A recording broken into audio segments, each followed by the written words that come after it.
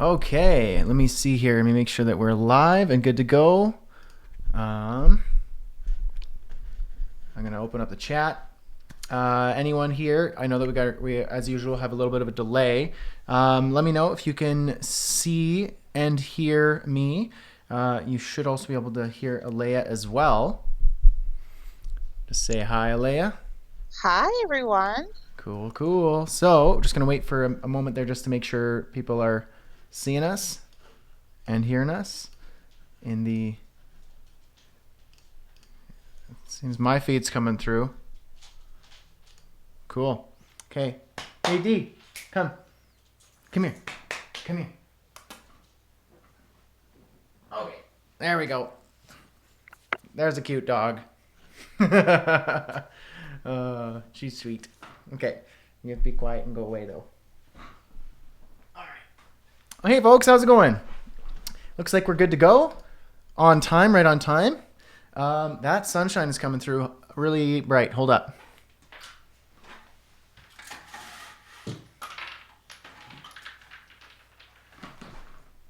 All right. That's better. Cool. It looks like everyone can see and hear. Awesome. Hey, Julie. Hey, Aaron. We got Franco. Good to have you here, Franco. I'm glad that you joined up in the mastermind there. And we got Monique. Awesome. Cool. Office hours. How it kind of works now for anyone who's new here for office hours. It's less about what it used to be before for quite a while was kind of doing like a live podcast essentially. And, we were answering people's questions. We were doing it live. It was kind of the public could come and see and hear. And it's less about what we're trying to do now. We wanted to make it just more of for the students of Freelancing Freedom, our customers and our clients. We want to make sure that they are getting their questions answered about the courses, about their business, about their marketing, their websites. It's basically a live training and extension of the course, and just to differentiate it and make it more valuable for you. So today I started at 11, which was my strategic way of making sure I don't go over 1 hour. On Thursdays, I have lunch I have lunch at 12, but usually Laura and I go out for lunch. So I'm not gonna be able to make this a 2 hour session like before. But I also don't want to always make it a 2 hour session. I don't want to set that standard. I think you should be able to answer some awesome questions in like a 40 to 55 minute period. So let's just kind of jump into it. Aaron says, Brad, your studio is smaller than I thought it was. It's not a big space. Plus, this is a wide angle lens, so it probably gives you a weird perspective.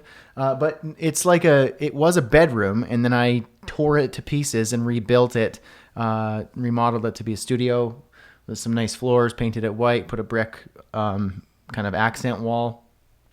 It's not huge. I've got enough space for a pretty large desk. I got a closet back there, and then a sitting area and a writing area right there. It's not very big. I don't really need a lot of space. Happy wife, happy life, says Monique. Cool. That's right. You got it. Okay, so I got the Freelancing Freedom Mastermind queued up here. Want to say hello to anyone here who's new to Freelancing Freedom. If you're just joining here on Office Hours Live, and we're gonna be mentioning the Mastermind, a number of times. So if you're not yet in the Mastermind, you get a free year. Go to bradhussey.ca/mastermind. That gets you a full free year membership. After that, it's just $99 a year to ensure that you are in it to win it and not sit in there and being a looky-loo. So let's jump in and answer some questions. All I'm going to do here is just go in and look at the questions here over the last week in the Mastermind. We'll give priority to those and any questions you guys have here and in the live chat. Cool. Aaron says, surprised you don't have soundproof foam on the walls. I've got enough material. I got a big carpet and like kind of a cushioned couch there. But as a recording, as a music recorder myself, I record music. I should have some soundproofing foam, but I don't care. Just spending money for money's sake, right? Okay. Let's get some questions here. Pulling up the questions in the Mastermind. Okay. Monique has a question here. Just pulling this one up. I have a question about scheduling. If clients don't provide the content in a timely fashion, that throws the schedule off. Then they finally give you the content and they want you to finish it immediately. How do you go about that? I'm thinking about changing that clause in my contracts. Thank you. And while I remember about pricing for add-ons, they also say things like, oh, I forgot that I wanted to fill in the blank, aka scope creep. My time is worth something as well. Thanks. Yes. So first and foremost, get out of there. Dang it. That's why you don't have dogs in your studio. Girl, that was like a $50 cable. No, go sit down. Go sit. That was bad. That sucks. Anyway. Go sit. Go sit. You're not going to stay in here. I'm going to put you back upstairs. Alea, maybe can you start answering that one while I get this dog under control and then I'll jump back in? Absolutely. Okay. Oh my goodness. I'm like, okay, she is showing off today for office hour Oh live. yeah. Yeah, that was not cool. That's a broken cable for sure. Oh wow. So one of the things that I particularly have, so I want you to look at it this way. If it was on your site, Monique, and you had um, a project kind of take longer than usual, um, there would have to be some type of, maybe not reimbursement, but the client would look for something. That should also be the case on your part. In my contracts, when I'm doing strictly projects, um, I have a fee for any time the project goes over because we want to make sure things are done appropriately and they're done on time. And there is something in my contract that says so. There's also something in my contract that details about the scope of the project and anything outside of the scope of the project, including things that are quote unquote rushed. So if it's you have the contract is signed.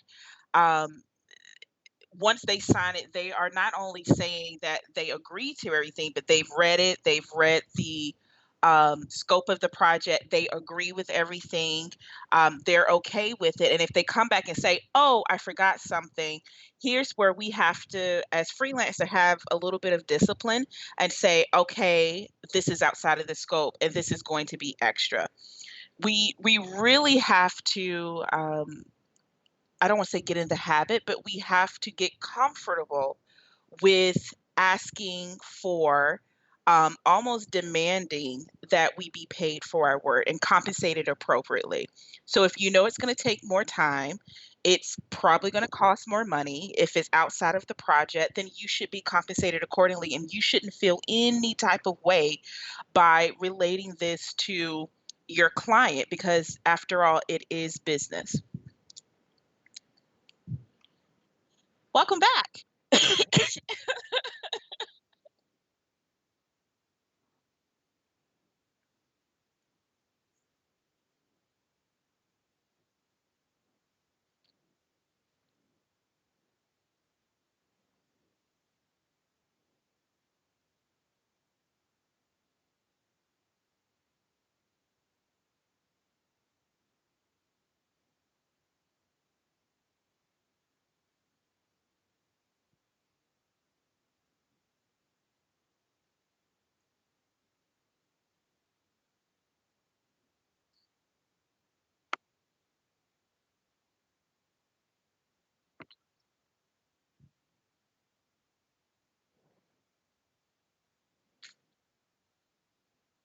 Sorry, I was muted. I just noticed that. I muted it. Okay. Thanks, guys. I'm going to type that. Okay. Really quick. I'll say that again really quickly. I agree with Alea with what I caught there at the end. And hopefully I'm not reiterating the same thing here, but getting clients who are routinely creeping on scope, being scope creepers, that's kind of a byproduct and a result of pricing too low. So when you price too low and you don't have premium pricing and you don't have high value pricing, your client is going to be typically it's a sign that they're a bargain shopper. So if you're doing something for $1,000 that could have easily been $3,000, that person is not really looking for value and transformation and a solution. They're just kind of looking for band-aids and bargains. Band-aids and bargains. Keep that in mind. I'm going to write that down here. Band-aids and bargains. So that's kind of something, getting the right client in your positioning and kind of that's a great way of getting in front of that problem. Making sure that you're getting the right client. Now, granted, you're going to have even good clients. They're going to be, they're going to have questions outside of the scope. They're going to want you to do certain things. Not every client's going to be able to get you stuff in a timely fashion. They're either busy or they don't prioritize the project, but it comes down to professionalism and being unapologetic about how your business works. This is why I don't like the term freelancer.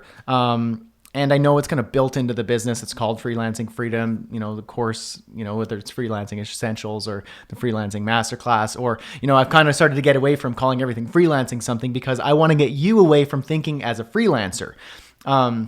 And more into a business owner, a CEO, kind of the entrepreneur, the business owner of your respective business, a consultant versus just a freelancer. Because when people think freelancer, they think Fiverr, Upwork, they think low rates, they think just working as a rogue employee versus a CEO for a company, even if that company is one person.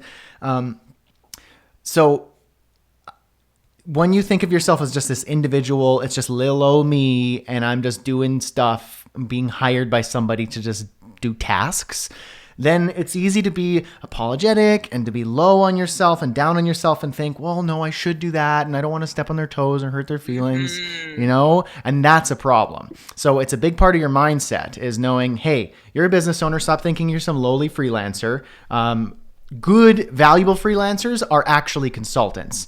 Consultants is the nicer term of what you should be thinking of yourself as versus somebody who's just like a free agent who's a rogue employee for some agency.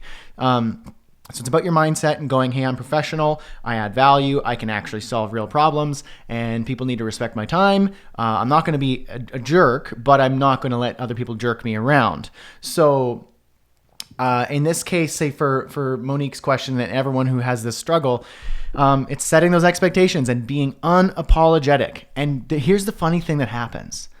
It has like this double benefit when you are unapologetic about your policies, about your contract. Yes, you need your contract in place so you can refer to it. But that's a given. Here's the double benefit. Client says, hey, sorry, it took me a while to get, no, they won't even apologize. They'll say, hey, here's the copy that you asked for 4 weeks ago. Can you get it done by yesterday? You'll say, hey, glad you were able to get, understand you're busy. Thank you for getting that to me. I'm not able to get it to you yesterday, or whatever, given these parameters. It's our policy to do this, this, and this. I asked for this 3 weeks ago.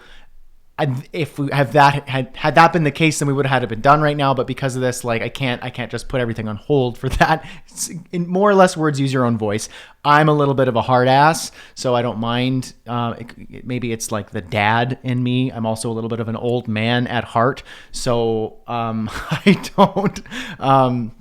I kind of just cut the crap, but use your own voice and your own personality and character, just to say hey, this is how it works. This is how my business works. I can't stop everything just because you're not on time, and it's our policy. It's in the contract. I'm not going to be able to do that. Here's when I can get it done. I trust that you understand. Don't give them the option. Don't be apologetic, in a weak way. Don't give them room to bully you around. You're the one who should be maintaining control of that relationship, not the client maintaining control, because then they could just think that you're on a leash and they can have you do whatever they want for your stupid low hourly rate. So they're hiring you to solve a problem. They're not hiring you because they need a butler or a maid or something like that. And no offense to butlers and maids. Even those people can command some serious respect. So that's kind of my take on that. I had a client just today. I very rarely take on one-to-one clients now, but sometimes I do depending on the project. And he had a request that he even himself said, I know this is out of scope because I set the boundaries right away. Here's what I'm going to do for you. Here's what I'm not going to do for you. A couple times at the beginning, he was like, can you take care of this? And my response would be, nope, I'm on lunch. We have a little bit of a closer relationship, so I would use different levels of professionalism, but essentially I'm like, no, I'm on lunch. I don't do work on lunches, and I don't do work after 5 p.m. Mountain Time. I'm with my family. I know you understand. You have a family too. And he goes, cool, no worries. Maybe can you take care of it in the morning? Absolutely, 9 a.m. It'll be done before 9:30. So he kind of knew out the gate, like, here are my boundaries. And he tested that. It's kind of like a dog. Let's use dogs as an example. They're always testing to see their boundaries. They're testing to see, where can I push? And if you're going to let me push there, it's like a toddler, the same thing. I'm going to push. And if you let me push, if you're giving me way, then I know that that's where my boundary is. I'm going to keep pushing it until you lay down the line. And if you don't lay down the line, then I'm the boss, not you. And so you need to do that with your clients. Set the boundaries, and they're going to test it. Depending on their character and also the budget and the level of the project and stuff, they're going to test your boundaries. And if you're not clear on scope and your boundaries, then they'll just make them up themselves. And then you're at their mercy. And then you feel weird when you tell them to back down. So those are kind of my approaches with that. Some comments here. Let's jump to the comments. I'm loving where Julie's going. She's right aligned when I'm saying maybe this is something that Monique said something about having to optimize images. And I said, how often are you doing this? And if you're doing it often, that's an indication that maybe this is something you add to your services, to that package. Yes. Oh, I like that. Yeah. No. Yes, because they'll often send me images for that site that are not website ready. So I have to optimize images. Girl, those aren't even things that you should be doing. Like, you can automate that, or you can hire an assistant that is like, you can even hire a virtual assistant that's, you could at any rate, and you could find somebody who's just essentially going to be a go-to person who's going to take care of mundane tasks that are not worth your time, but somebody else would be very happy to do for a wage. Now, I know I'm not saying you just need to jump into that right away, but it's like, I understand clients send unoptimized, unweb-ready images, and they're like 80 megabytes, and you obviously can't put that up on the website, so it now falls on your lap to take care of it. But that's why you need to up your price. You need to up your price to account for contingency, because these things are going to happen, especially if you're in a creative field where you're building sites or you're doing marketing stuff, you're doing design stuff. These things are going to come up. And so if you're not accounting for that in your price, then it's going to be a problem. You need to be accounting for that in your price. You need to have a higher price. You need to have contingency in place. And then you're going to, I think I mentioned this double benefit that I never really got to. It just popped to me. I'm kind of all over the place this morning. My apologies. So this comes back to my double benefit. When you are clear on your boundaries, one, they will respect you because you're clear on your boundaries. They'll respect it. They're not going to be upset. And here's the double benefit. If they are upset, then they're a crap client and you're going to scare them away and you won't work with them again. And now everybody wins because they don't like you. They don't want to work with you. Great. And they shouldn't be working with you because they're a pain in your butt. So you scare away the bad ones and you attract the good ones who actually like when you are commanding respect and professional. Boom. Up your price. Don't do things you shouldn't be doing. Julie says, as Alea was saying, I suggest setting parameters before starting the project. If they're sending you images, give them exact specifics of what images need to be. You could just train them, create a quick SOP as a part of if this is something that's routine.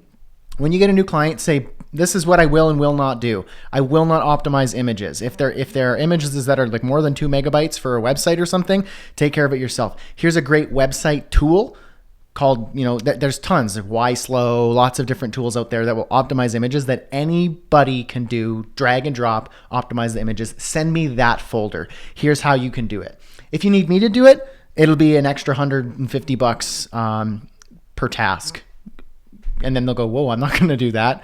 Okay, I'll do it myself. Boom, easy. Or they go, yeah, great. I don't care. Whatever your price is, just do it. Sweet. Monique says, Julie, yes, lesson learned. Thank you.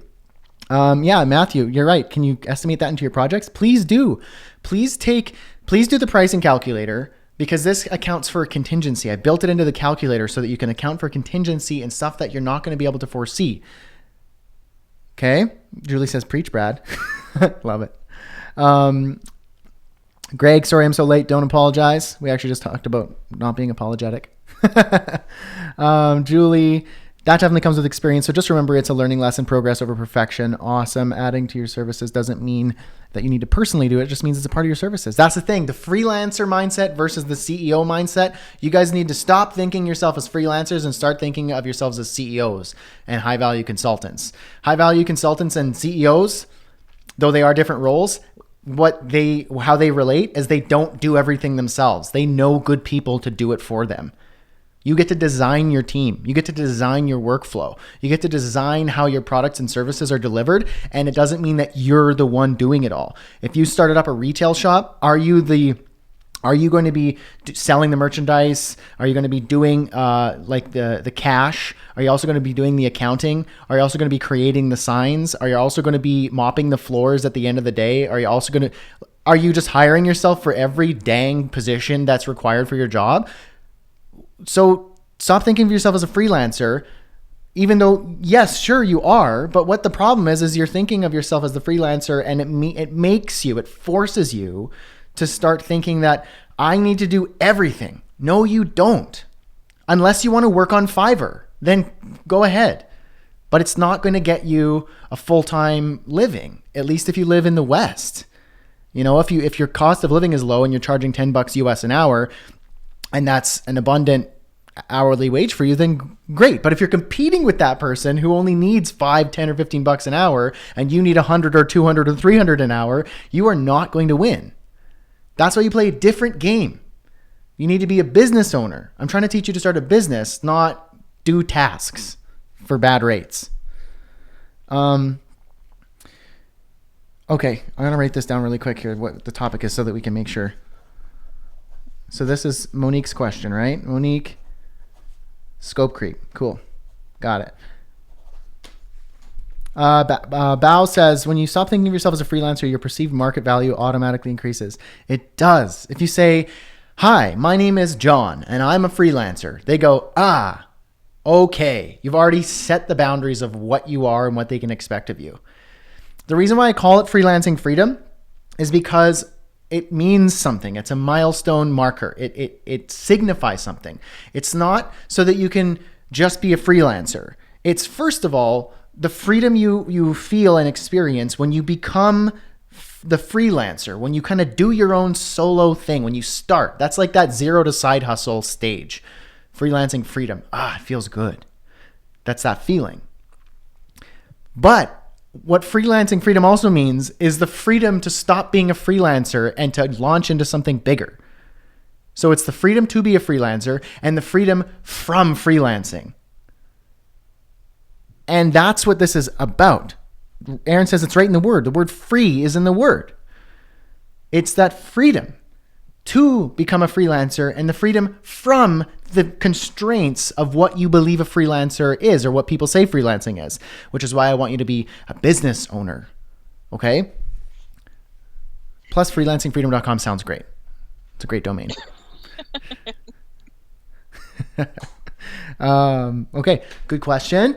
That was 0 to 25 minutes. Okay, just taking notes so that we can have like a summary so that people can refer to it. Cool question. Okay, let's go to another question here. Cliff's got a question here. I have my quick site up. While I haven't changed the main button from the call, schedule a free call, I'm assuming, I wanted to know what to do when a client asks for proof that I can do what I can do. I have a Behance portfolio, but I don't know if that's what I want to show clients. I don't want to give the impression that my new company is the original designer, blah, blah, blah, blah, blah. Okay, essentially Cliff is looking for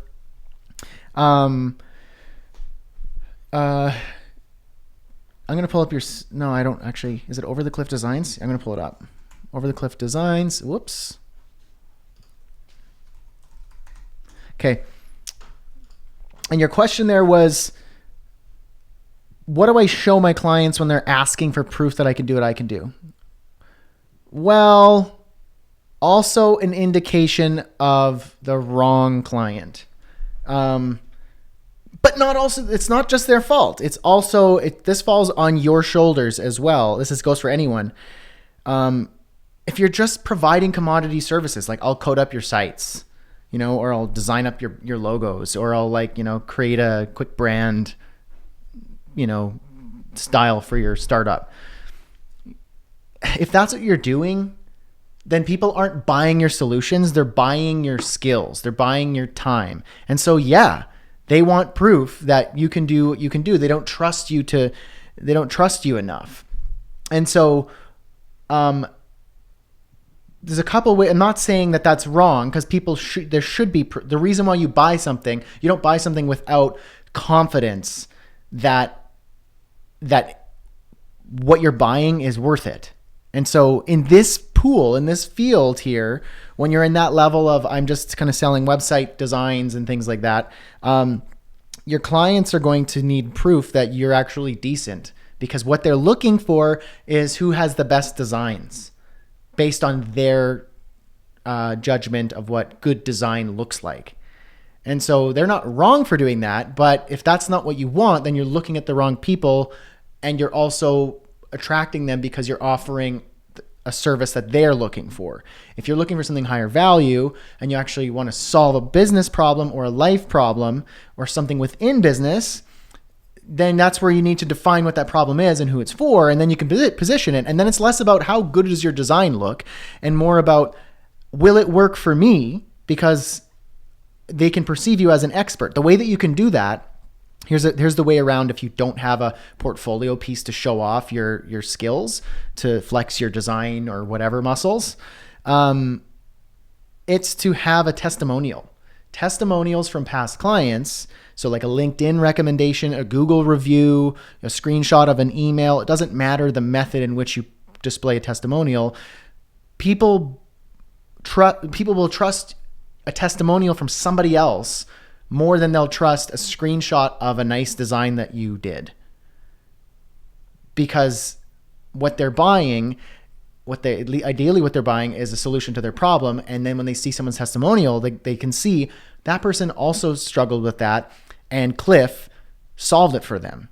That gives you like 10, social proof points. If there's a thing, you get confidence points, and they will start to trust you more. When you just leave it up to them to decide what good design or good coding or good branding or good copywriting or good, human resources or good accounting looks like, they're the ones who are looking to hire a designer, a developer, a branding specialist, a consultant. They're looking to hire that person. Why are we leaving it up to them to decide if it's good? Does that make sense? So if I don't have good design skills and I need a designer because my design sucks and it's actually negatively affecting my business, why do I then get to decide what good design looks like? Because clearly I'm not good at it.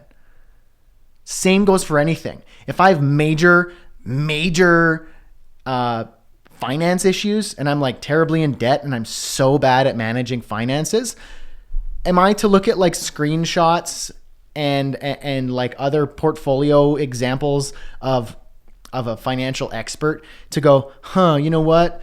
You don't know finance like I need it. I'm going to go off of my intuition, of my expertise on finance to find the right finance person. No, that's a big problem because they don't know what that is. If you have a health issue, that person is not the expert about getting better at their health. You need to match them up. And so we can't leave it up to the person who's not good at design or whatever the thing is to decide if you're a good enough designer or whatever. So I hate portfolio stuff, like portfolio pieces, and it's not a good idea. It's not what people are looking for. People are looking for solutions to their problems, and portfolio pieces aren't examples of solutions to problems. Testimonials are, case studies are, referrals are, proof that what you do actually works. is infinitely more better than a stupid screenshot of a website or a chart or anything.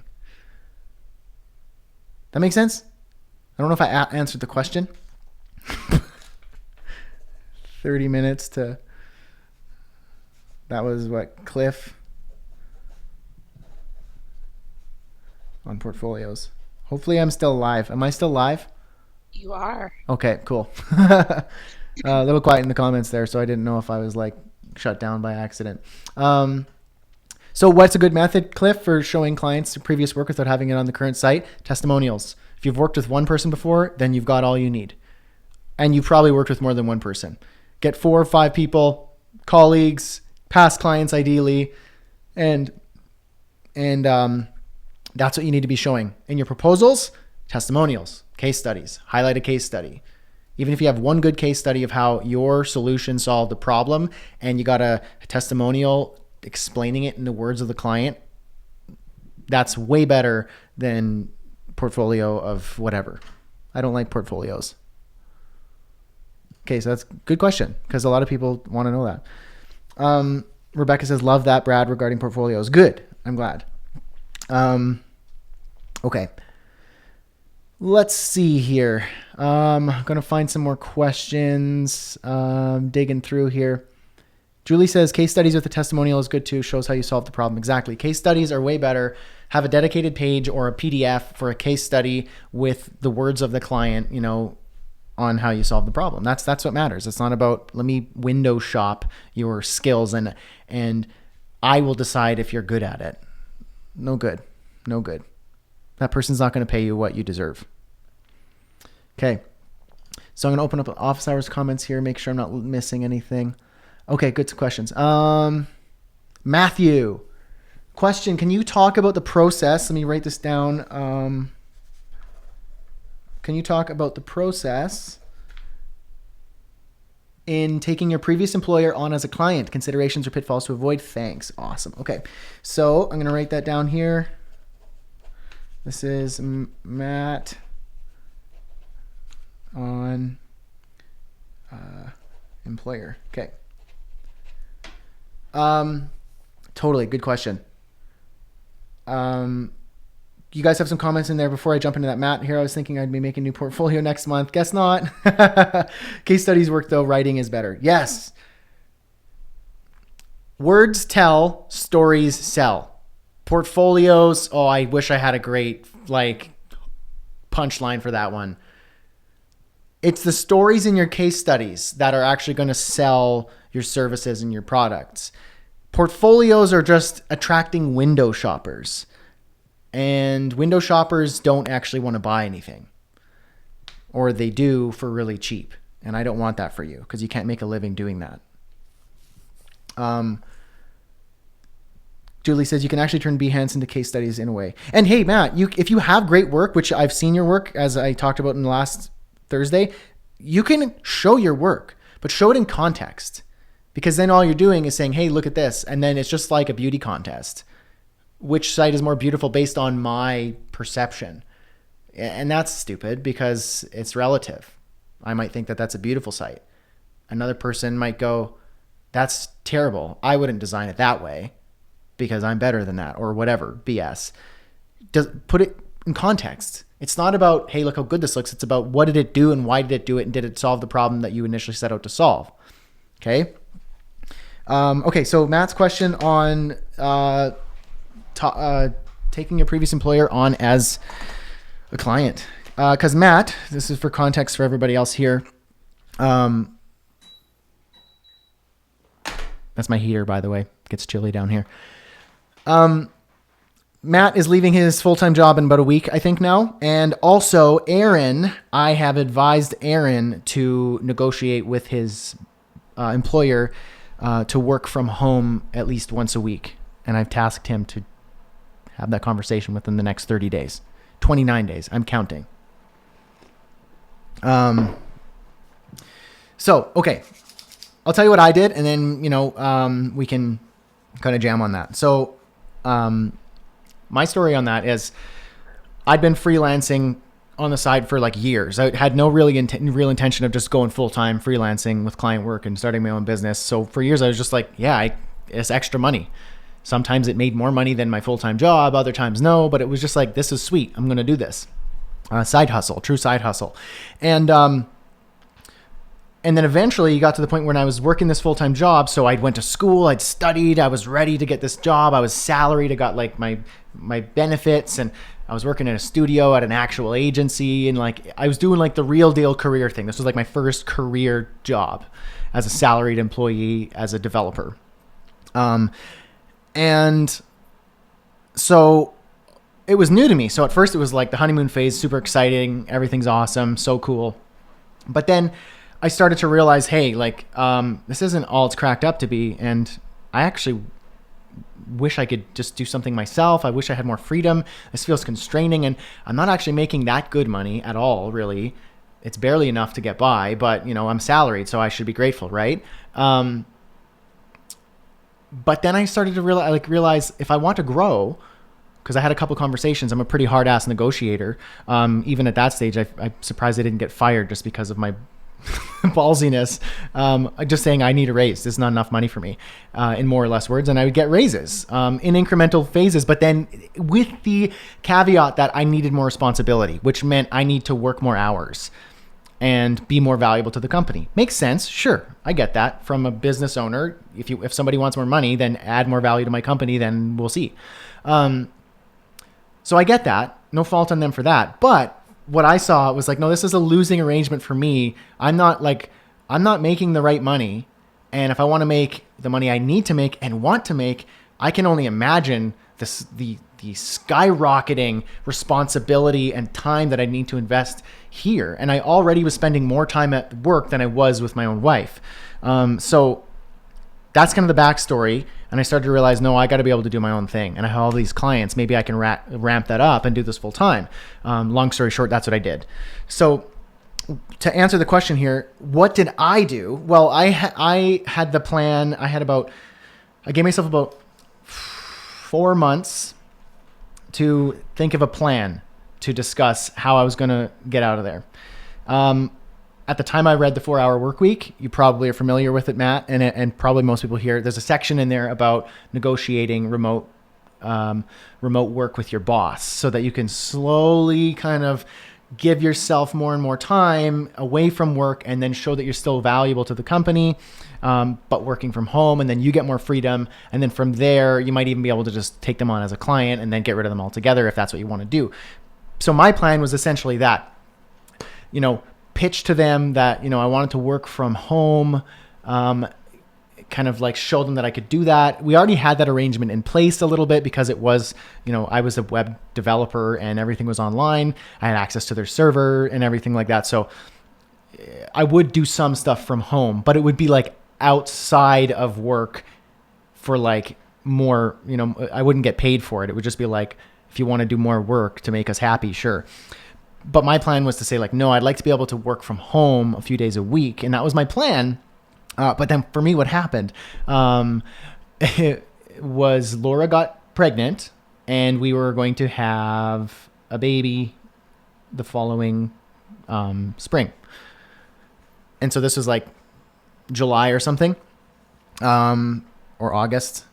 It was kind of around the beginning. And so when I was planning on leaving, we weren't pregnant yet, but then my plan changed when she became pregnant. And it was, okay, now instead of me saying, I want to scale back on work or leave work and maybe we can just have a client-based arrangement. It was this great, beautiful arrangement where I said, well, Laura, we're having a baby and we're going to move away from the city to be closer to her family, for support and everything like that. So obviously I can't work here in house, but what I'd like to suggest and negotiate with you is, I'd like to continue working for you guys on a contract basis. So we could be like a client and I'll give you my rates and everything like that. And I will work for you and give you number one priority out of every single client I would work with until you find my replacement so that you guys are not out. And I think it'll be beneficial for both of us because I have to go anyway. but I don't want to let you guys down, and I want to make sure that it's a seamless transition for you when you find my replacement. And I'll be able to turn things around quicker because it'll be on my own time. And it was met with a hearty and encouraging, absolutely, that's an amazing idea. Maybe if I didn't lead with, we're having a baby and I have to leave the city, it might have been a little bit less like exciting, but that softened the blow for them. But what I think, you could still take that approach. You don't need to get your wife pregnant to quit your job. What you can do is still lead with that. I know, because your point is you want to be able to work with them on a contract basis. For me, it was about how can I make sure that you guys are okay when I leave? Because when I leave, ideally, I've been valuable enough to you that when I leave, it's going to be a problem for you. I don't want it to be a problem for you. So I'm going to continue working for you on a contract basis. I'll give you my rates and we can have an arrangement that way. And I'll give you my number one priority until you find my replacement. And when you do find my replacement, I'd be happy to send them like a, kind of onboard them so that they can be a seamless transition. Make it beneficial for them to say yes so that they don't have to worry about this transition, finding a replacement and training the new replacement. You could say, I'll take care of it as long as you hire me on a contract basis. And then if you want to continue contract-based work with me, great. Otherwise, if the replacement is all you need, perfect. And for me, not only did I work on a contract basis for my old employer until they found my replacement, but they continued hiring me because I was so good at it. In addition to that, and it was cheaper for them and it was more profitable for me. Isn't that funny how that works? They didn't have to worry about benefits and overhead and all that sort of stuff, a space in their office for me. They actually got to downsize on their offices when they got rid of a few employees or when they quit. And they saved money on overhead costs because they were just hiring contractors and freelancers. And those freelancers, so myself included in that, made more money because if you have a project that would normally take, a week in office, it's because you have that time to fill and you're going to fill it with that time. Otherwise you're just sitting around all day. They're not going to let you go home early. But when you work from home and it's a 10-hour project, you could probably do it in one day and you just made $5,000 in one day. So highly, suggest you negotiate instead of just quitting and saying we're done. Find a way that you can benefit them and say, I'm going to help you through this transition. Keep me on as a contracted kind of freelancer, and you can be my client. I'll give you my rates, and we can find something that works as you transition into finding my replacement. I'll even onboard them for you. Something like that. How's that sound? Matthew says, got it. Aaron, make sure to read the 4-hour work week, that section, and also check out my comment on the Mastermind linking to the notes on that section. Yes. Awesome. Matthew says, with that contract, did you manage to ask for the kind of rates that you'd recommend? I knew how much I cost them as an employee, and I would routinely see the invoices and stuff and see that, they'd be charging $150 an hour for the development and stuff like that. So for me, it was like, I wouldn't necessarily charge them. I took my own advice before I even knew that this was my advice, was I just charged them fixed rates.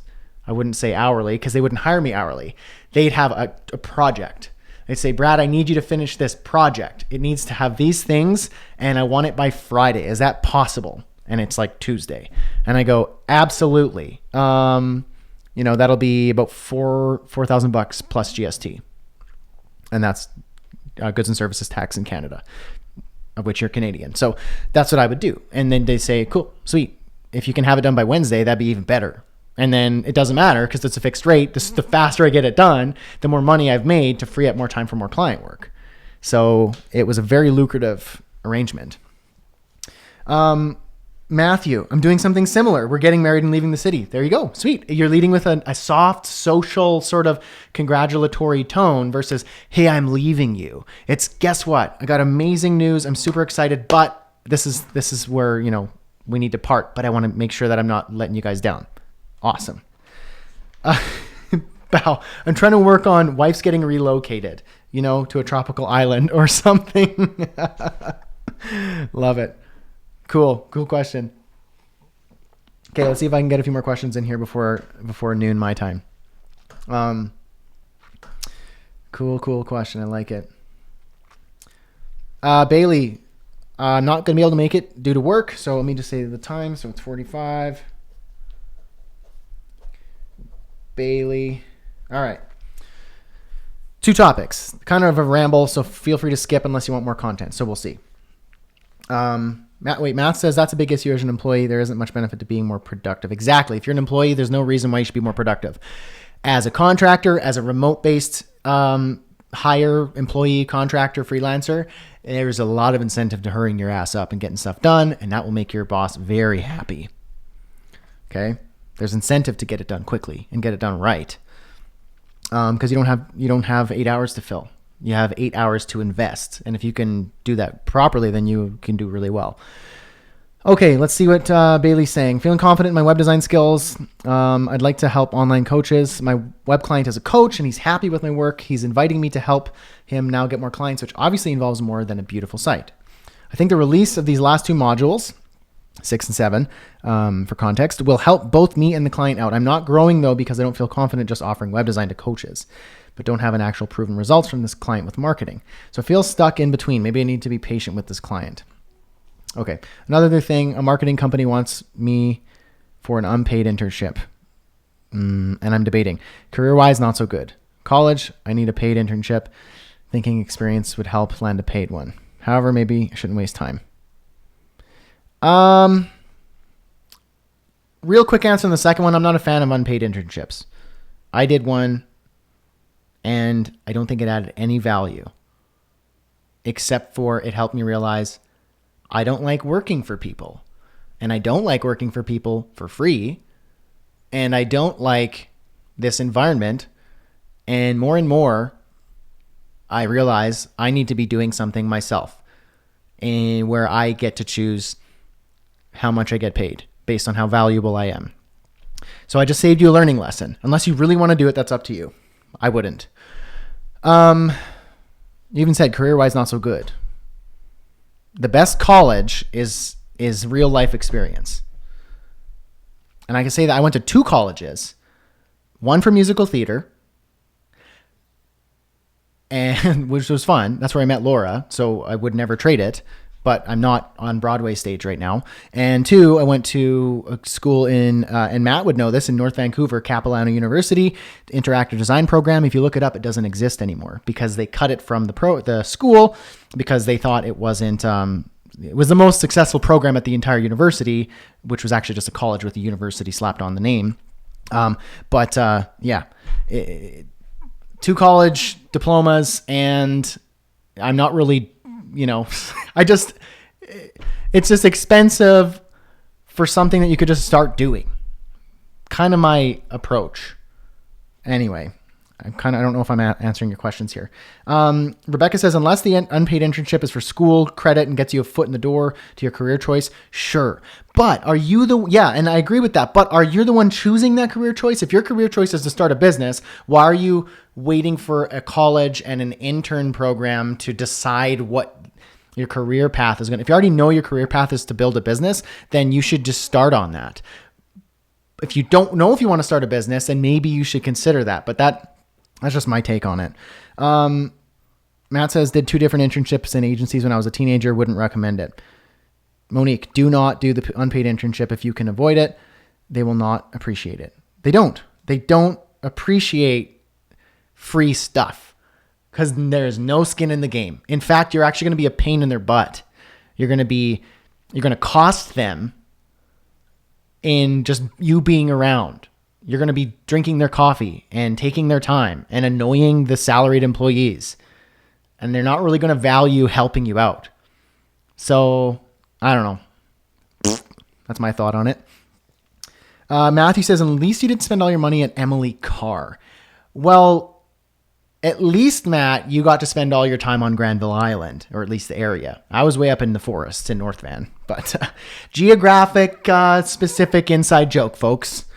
Let's see, Monique. I did work for a client who was in a very bad financial straits. I still charge them. Would mind you, it was a discount and they appreciated it. Huge difference. Exactly right.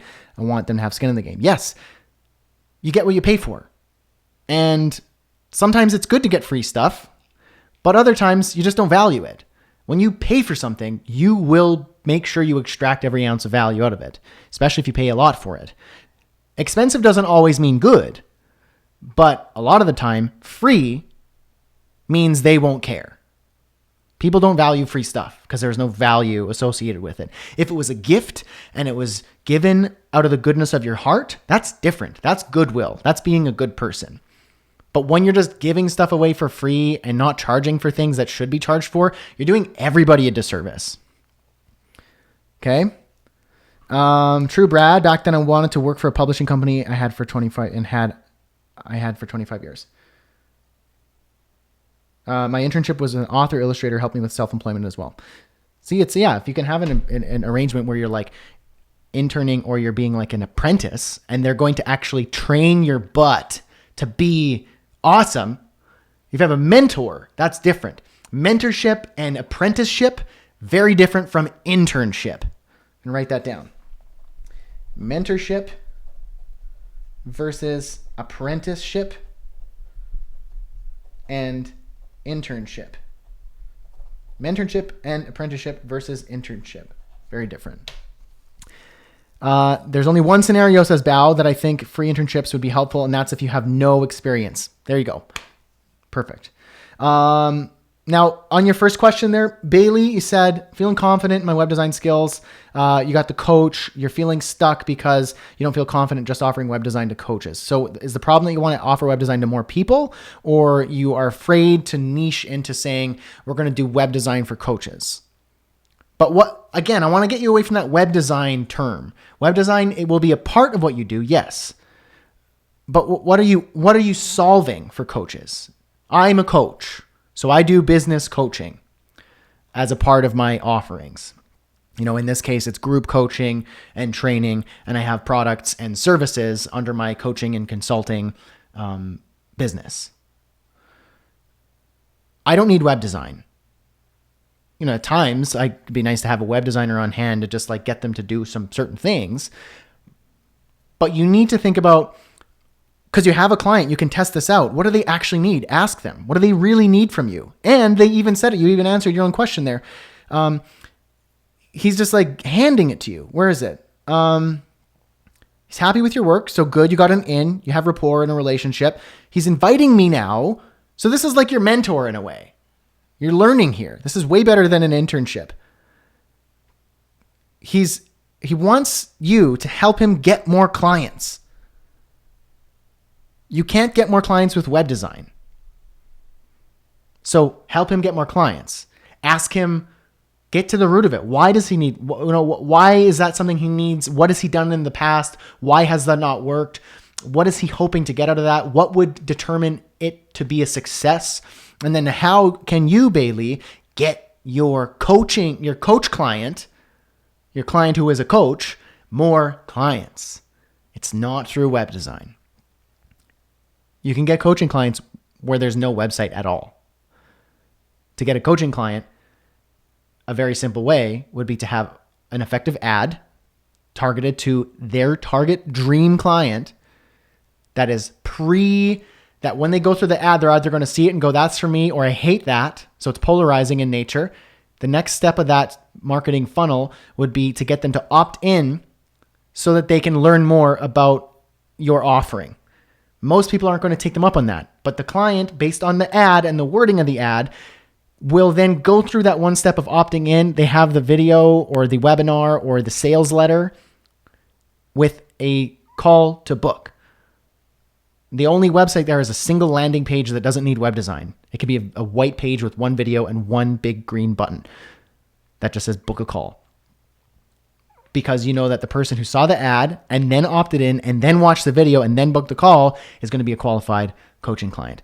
So when I get a phone call or when I call that number and go, hey, how's it going? I saw you checked out the video. Let's get into it. Let's do the coaching call, the sales call. By the end of it, I'm going to offer you my program or my services or my product. There's no web design needed. So web design can be a part of it and it can differentiate your marketing for your client, but it's not just about the website design. That's like you're offering one little tiny thing in a part of the bigger picture of getting clients. So if you want to get your boss, your boss, if you want to get your clients, then you're going to have to think about how that's going to have to work. Okay, let's see. Bao's got a few things to see here regarding the testimonials. In exchange for the work done, the client will then, in effect, be your champion. Yes. And by champion, that means get a video testimonial or a written testimonial. Yes. Rebecca says, yes, I would describe the author-illustrator relationship more of a mentorship, though it was through an internship program. What you want to find is a mentor, not an internship. So you want to find mentorship, not internship. And that is a big part in why I have this.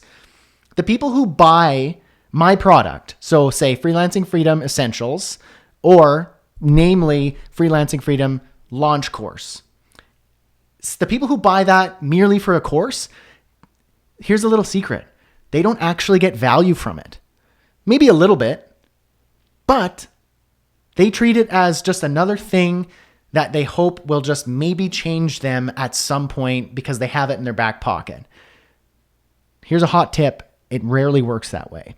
The people who buy this and pay the price I ask for, regardless of what it is, and treat it as mentorship in the form of something that's leveraged. So my expertise and guidance and experience distilled in a designed experience meant to help you succeed and achieve an outcome, which is to start a full-time business as a freelancer or consultant. That's what this objective is. You have access to me in a leveraged group coaching, and that is what this is. It's mentorship in a leveraged manner. People who treat it like that get a ton of value. They're the people who are full-time, making good money as a freelancer, hitting 6 figures in sales, and who are already outgrowing launch and ready for the next step. So you want mentorship, not internship. So hold up. I'm just getting a quick call here. I'm just going to text. Hey, Leah, would you mind just kind of jumping in on that comment there? Maybe just basically just distract.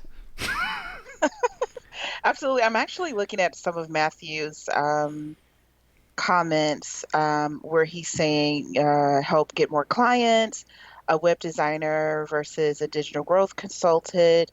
Rebecca is saying, is that a digital designer or a digital marketing? This is a very interesting conversation. One thing that I have noticed, a lot of people ask the question, how can a person easily charge between $5,000 and $10,000 for a website? The answer to that is you're not charging for the website alone. There's so many pieces in a web project that they're individual things that are going on that can add up very quickly for a client. So you have your marketing, as Brad was speaking about earlier, how to get someone into your sales funnel. That has to be done before they ever get to your website or your landing page. When they get to your landing page, you have the sales going on. Are all of the software connected to this project that's supposed to be done? Is all of your automation done? If you're talking about just the web for the web developers and designers, that's just a small piece of the project. With that, I'm trying to see how to word it. There's just a lot to go into the project. So this is why being a consultant and knowing from the beginning what questions to ask. I know for myself, when I was doing web development, a lot of clients would come to me and just say, I need a website. Or I was told that I need a website. Or I just started a business and I need a website. You have to know what questions to ask. You have to ask the right questions. Okay, why do you need a website? Oh, because I don't have one. Okay, great. But what is it that you're trying to accomplish? And they'll tell you, oh, I need a place to book clients. I need a community for this, that, and the third, or so it's up for you to be the expert to know how to build that out. Again, it doesn't necessarily mean that you yourself have to do it, but you just have to know how to contact the right people. subcontract the right people to get that project done. And once Still there, Leah? Sounds like you got cut off. Oh, sounds like she got cut off. Hold up. everything goes into the There we go. thousands of dollars versus $500 website.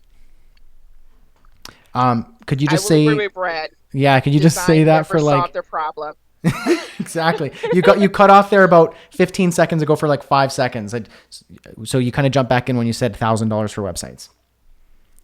Oh, I was saying once you get into that mindset of looking at when a client comes to you with the problem when it pertains to solving it, and you really get down to the foundation and the bare bones, and you kind of realize the different phases and the different things you're going to do in this web project, you understand that it's not just design. It's not just development. It's just not. It's so many. It's sales. It's marketing. um it's copywriting, it's so many things, and then you understand why you should not ever charge $500 for a website ever in life. Yep. It's no. Yep. Exactly. You're just becoming a commodity. You're asking to be taken advantage of. You're not commanding respect. You're not commanding value. You're not creating value. Here's at the very core of everything that you do is you need to think about, regardless of what you're doing, regardless of your industry, regardless of if you're a web designer, you're a financial consultant, you're a life coach, you are, a yoga instructor, you are anything. You need to be able to answer this question. What major life or business problem are you solving for your client? And then the second question to that is, who is your client? So that could be reframed in a couple questions. Who's your business for? And what problem do you solve? If you can't answer that, or your answer is like, I will do anything for anyone, or a variance of that. So I will provide designs for anyone. Then the less specific you are, the more broad you are, the less valuable it is. So imagine right now, if you're at baseline, you're like new entrepreneur, you're starting from zero. So you're at zero, you're at bottom of the barrel, you are rock bottom. You're adding zero value. You're not losing anything, but you're adding zero value with nothing to no one. So you're just at baseline, okay? Now imagine you're like launching, you're getting started and you're planning. The more specific you can get with what problem you're solving. Now, in that category of problem, you can't just say, the more specific that problem is, the better. Now, you can get too specific where there's no one experiences that problem. You might have a few people, but you need to find viability. The problem needs to be specific, not generic. Because the more specific you can be, the more you can target the person who has that problem, not a generic problem. So you need to know a problem that you are going to solve. And the more painful that problem is another thing, the more valuable the potential solution. Now from there, you need to know who has that problem. You can go also the route, what kind of people do I want to help? You might be like, you know what, I'm a vegetarian, I'm a vegan, and like my whole lifestyle is built around veganism because it saved my health, or whatever's really valuable to you. And you go, I want to build a business around like a diet and a vegan lifestyle. I'm not saying go off and be a vegan blogger. There's enough of those, and then there's probably not enough room for more. Maybe someone might argue that point, but I don't know. It sounds like a waste of time. But if that's like I want to in that health industry. So you got that area. Now, what's a major problem that people experience within that category? Now, there's lots of different problems. And the more specific you can get and find a specific problem that is really painful, the more valuable a potential solution, which leaves us to the third piece of this puzzle. So you got the area, the type of people you want to help. This is niche, by the way. Niche isn't just, I do really good HTML, or, I help, American men who live in New York with big mustaches. That's not niche. That's just a part of a niche. The niche is all of this trifecta. The industry, the market deficiency within that industry, and your solution. So it's a trifecta. It's a 3-piece formula for what a niche is. So what's the solution to this problem for those people? Is it, the more generic it is, so remember you're at baseline. So by deciding an industry, okay, you got a few more points. The more valuable the industry, the more specific the industry, the more real the industry, a few more points in your niche calculator, your niche, like how good you're doing. And now then you got, okay, the problem, okay, you got to define the problem. It's not generic, it's specific, and it's real, it's painful. Okay, those are more points. Now you need a solution to kind of bring it home, to hit the home run. If it's generic and you say, okay, for these people who suffer with this problem, I'm going to offer web design. You just skyrocketed yourself. You just ground rocketed yourself. You just shot yourself in the foot and put yourself right back down to baseline, because that's not a problem. That's not a solution to a problem. You want to be able to dial in what the solution is to that problem. And the more specific that solution is for these people who have this problem, and the more it actually transforms them so that you can take them from problem to solution, they're not at solution because they don't know how to get there. They need you to get them there. So if you can do that with your solution, the more you can charge, the better you're going to get at it, the more testimonials you're going to get, the more connections and referrals you're going to get, the bigger and better and more healthy and more profitable your business will be. The more control you'll have, because you've defined a market deficiency, and a solution to said deficiency. So remember, you need to be specific, and it needs to be viable. And you need to answer the question, what major life or business problem are you solving, and for whom? That's the trifecta all in one question. If you can't answer that, or your answer is, well, I'll do anything for anyone, really, then you might as well just post an ad on, Craigslist or Kijiji or whatever, classifieds thing, and say, I am your go-to anything for anyone. If you have anything that needs to be done, I will do it. There's not much value in that. And that's not what I'm looking for you to do. Okay? Let's see. A couple of things here. I'm going to wrap up here in a minute. I know I'm a little bit over time. Laura's not home yet. So, Rebecca, light bulb moment, mindset, mentorship, good internship. Help you get more clients through the web instead of web design. Yeah. So yeah, like that's better than web designer.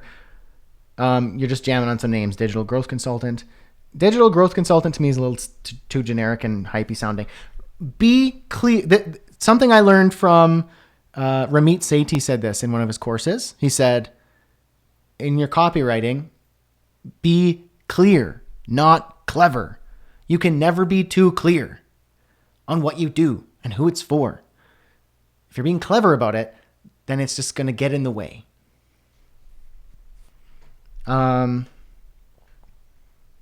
Preach, says Bao. Love it. Great office hours, Monique. Awesome. Let's see if there's anything else that I should be addressing. Otherwise, we can wrap. I like the last question. I feel like it was a deja vu because my team and I were actually just jamming on this morning. So Yeah. it's like being very, very specific about the service that you're offering and the audience that you're offering it to. Yeah. So, yeah. Exactly. I like that Yeah. question. That was a good question. I think that was a good question to kind of wrap on, so we can kind of stick with our, I'm going to say the niche trifecta here in the notes. Yeah, that's good. I like that. That was a good office hours. I think we kind of jam-packed it in there in about an hour. Thanks for coming, everybody. I appreciate it. I hope this was valuable to you, that we got your questions answered. If you're not yet in the mastermind, bradhussey.ca/mastermind, that will get you your free year for the mastermind. After that, it's $99 a year. That just makes sure that maintains the integrity of the group. And it just boots out the people who aren't actually in it to win it, the looky-loos. But you get the free year. So if you're not in there yet, do that. Freelancing Freedom, bradhussey.ca/mastermind. That'll get you that free year. And then this is where we pull our questions from. So when you're posting in the groups there, in the topics and in the conversations, I take note of them. And then on Office Hours Live, I have tons of material to work with. And of course, we take your questions live here as well. So thanks again, folks, for coming. I really appreciate it. I'm going to put these notes in here so that when you look at the replay, you can see kind of the timeline. Thanks for submitting your questions. Keep asking your questions and joining in on the conversation and adding value in the mastermind there. It's been awesome so far. I really like this new mastermind setup. And thanks, everybody. Thanks. Yeah, I will enjoy lunch. It's going to be awesome. I look forward to my Thursdays. Okay, cool, folks. Thanks so much. I appreciate you. And I will catch you next Thursday. I think we're going to I'll check my calendar real quick here. Next Thursday at, unless I'm away. No, it looks good. I think we're going to do office hours at 11 Mountain Time, which is 1 Eastern Time. It's a good time for me because then it keeps me on that 1-ish hour timeline. And yeah, it's good. We'll keep it consistent. Okay, folks. Thanks. Cheers. Bye-bye.